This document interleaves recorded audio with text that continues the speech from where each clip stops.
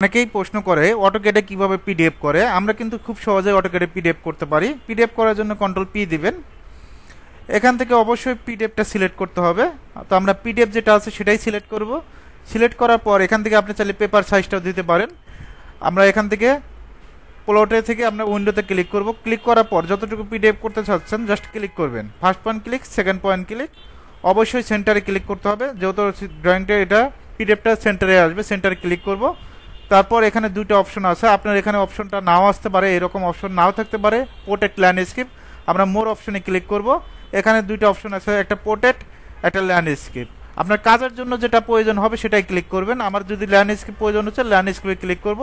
তারপর প্রিভিউ করবেন। প্রিভিউ করে দেখবেন যে পিডিএফটা কেমন আসবে। তারপর প্লটে ক্লিক করবেন, মাউসের রাইট, এখান থেকে প্লট, তারপর নাম দিবেন। এখান থেকে যেহেতু মামুন মডেল দেওয়া আছে এটাই আমি সেভ দিচ্ছি। সেভে ক্লিক করব।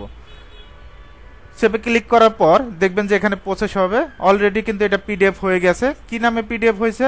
মামুন নামে।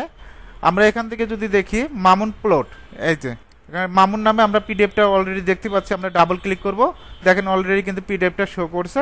এটা চাইলে আমরা বিভিন্ন দিকটা প্রিন্ট করতে পারি, রোটেট করতে পারি, বিভিন্ন অপশন করা যায়।